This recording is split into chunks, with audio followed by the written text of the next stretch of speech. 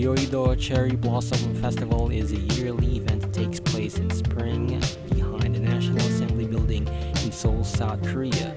This year, the festival drew tens of thousands of locals and tourists from around the world strolling under a bright sun and fresh breeze.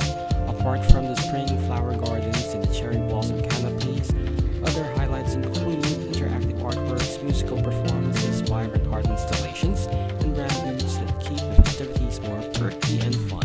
We definitely had a wonderful time seeing firsthand this iconic